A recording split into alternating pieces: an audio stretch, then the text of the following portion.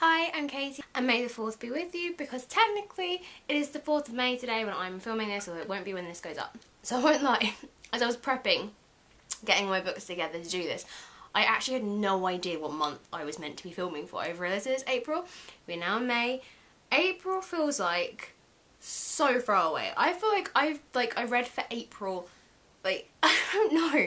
And I was thinking back, and I was thinking, okay, I must have read these. I thought, did I? No, I can't have. Like, I must have read these, like, way before, but apparently no. So first up, I finished off Myth by Stephen Fry.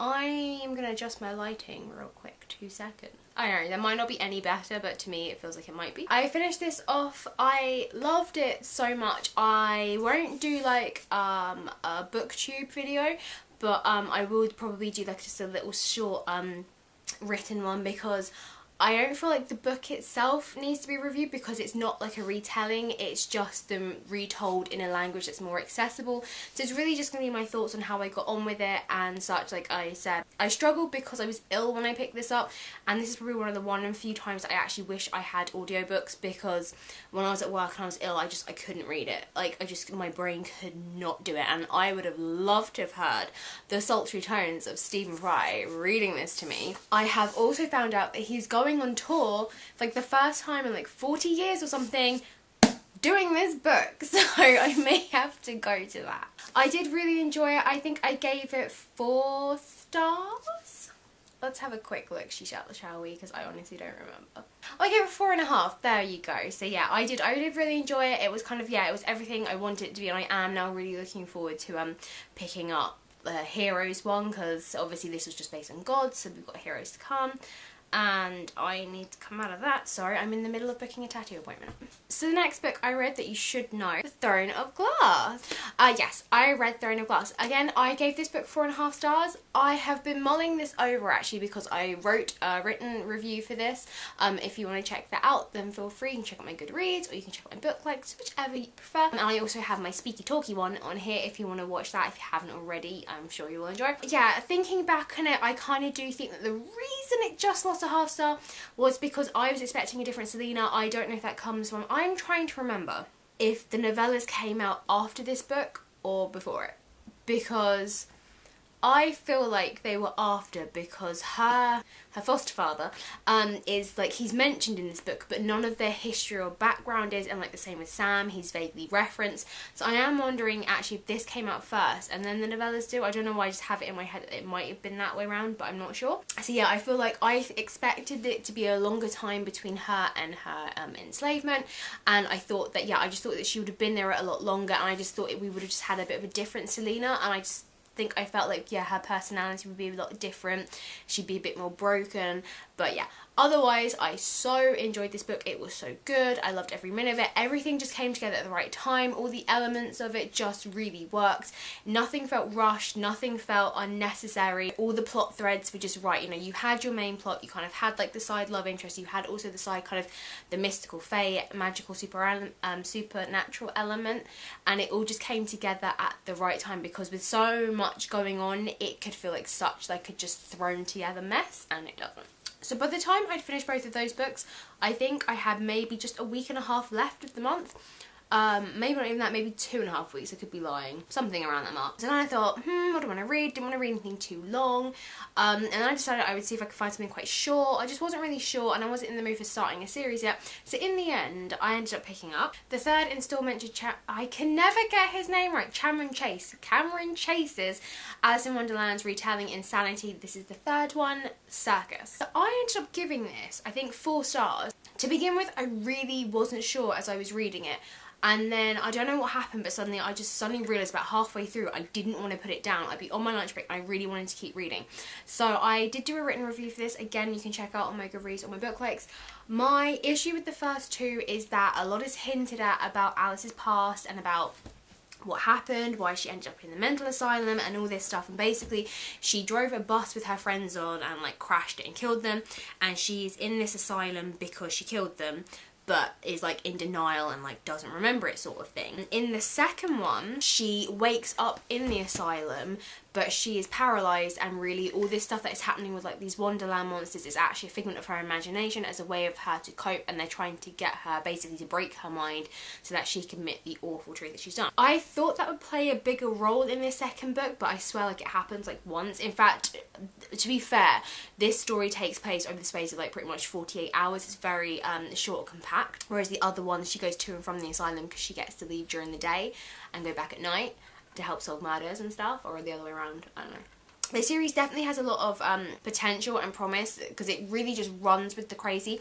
My biggest concern, as I was like trying to say, is that because of all this stuff about Alice's past, they're not telling her anything. She has to find out like when she's ready, and she has to find it out herself. No one will tell her anything, so she doesn't know if she is this real Alice. She doesn't remember anything. She went there when she was like 7 or something, or she was 5, and they found her covered in blood and brandishing a knife. Yeah, it's quite frustrating. This book is told from multiple point of views, so we kind of do get to start to get hints of like other things and more of the story, and we do actually find out like some significant stuff about Alice's past. The only thing I found really frustrating, because it's 94 chapters or something ridiculous, but they are very short chapters, so thank God. But the thing I find frustrating is that they were cutting between Alice and then another character, and I get like you're trying to build suspense and you know about leading towards a big reveal, but they just felt like such nothing chapters, because it was just constantly just repeating itself of he felt such and such, as you know, such and such was about to reveal this, and they were all watching this, and he could feel the madness and he wanted to like join in. It just felt very repetitive in that sense. However, the fact that we finally got somewhere with finding out who she is, finding out more of the story, I just suddenly found I was like gripped. I'm like, oh my god, like I really wanted to read it. So I was very happy with myself. I didn't think I would finish 3 books actually, and in fact I even finished that early, so again, surprise, surprise. So I decided to pick up my May TBR. I was really unsure what to read for May. Obviously, I'd said at the start of the year that I want to read Jane Eyre, and that was going to kind of be like my spring, summer sort of transitional book. I just wasn't sure when, because I wanted a big enough gap from Mythos, because that thing is huge and Jane Eyre is big too. So I've decided that I'm not going to read that for May. I'm going to save that for June. So this month I can kind of just read like a variety of stuff. Probably pick up another Throne of Glass book maybe, or I might think about finally picking up some Cassandra Clare.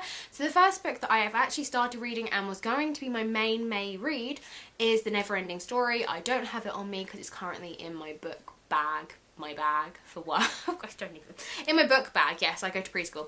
So I have actually started reading that. I am about halfway through. So the reason I'm reading The Neverending Story, in case you haven't watched previous videos, I have 0 experience. I have nothing, no knowledge, no anything.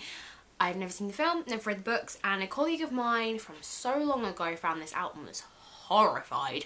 So she bought it for me for Christmas, and basically it has sat on my shelf ever since. And I want to say that maybe like I've had this book since like 2004, like my early 20s, like when I was like 22ish, kind of around there. I'm 27 now, so it was really sat on my shelf for a long time. And the problem is I don't want to read it because I've never been fussed. It's like been a real force to get myself to read this book.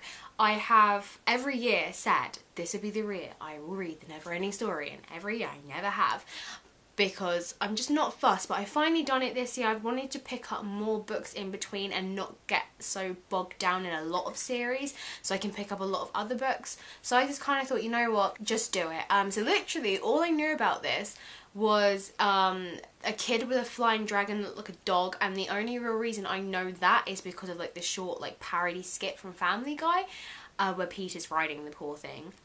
And I've probably seen stills. I think I've seen stills from films, but again, I know nothing. One of the team managers saw me reading it the other day at lunch and was like, are you reading this? I was like, no, I'm just holding this as a prop. And I was like, oh yeah. I was like, I've never, like, I have 0 knowledge. She was like, you've never seen the film? I was like, no. And he's like, oh my god, it's so sad. So now I'm like, great, I'm gonna now sit here on my lunch break crying, quite potentially. So I don't know, I kind of had a feeling it might have been sad, but like I don't know what level, so this could be interesting.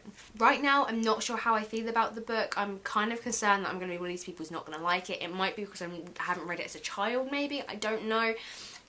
But I don't know, it's like I'm finding it okay. I'm not thinking, oh my god, why didn't I like read this or watch this sooner? But we'll see. Like, I like the ideas of it and I like the whole like general story of it, but it's not like grabbing me.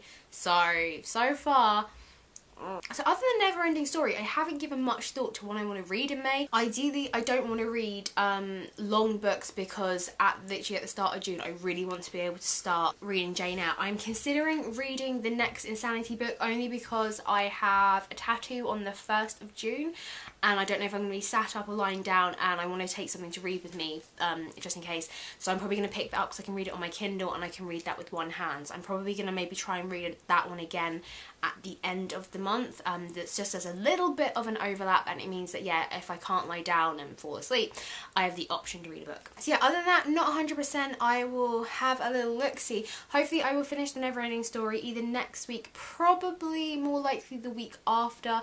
I had this bank holiday Monday off and I didn't read that much today either, so I'll have 4 days worth of reading at work. I will try and be a bit more with the concentration. So yeah, I'm more likely to finish it the week after, so next week I will probably get it done by the time this is aired. I'm still not sure, so if you have any thoughts, then yeah, comment below with it, because yeah, I'm really not sure what I want to read afterwards. I have like so many books, but I don't actually know what to read. Maybe I'll try and read something new. Maybe we'll try and do that. We'll find a book that I've had on my shelf forever, or maybe I will go down the Cassandra Clare route or Throne of Glass. I don't know. That's my read up, that's my wrap up. We are done. Need to edit this bad boy and then I can have food. I hope you have a great weekend. Like I said, comment below with any thoughts. Doesn't even have to be related to this. What were your April reads? What will your March, May read be? I don't know what to say anymore. I hope you had a great bank holiday if you've had one, and I hope you have a great week to come, and I will see you next week. Until then, I actually don't know what the hell I'm doing at this point in time. I'm clearly hungry. It's the lack of food.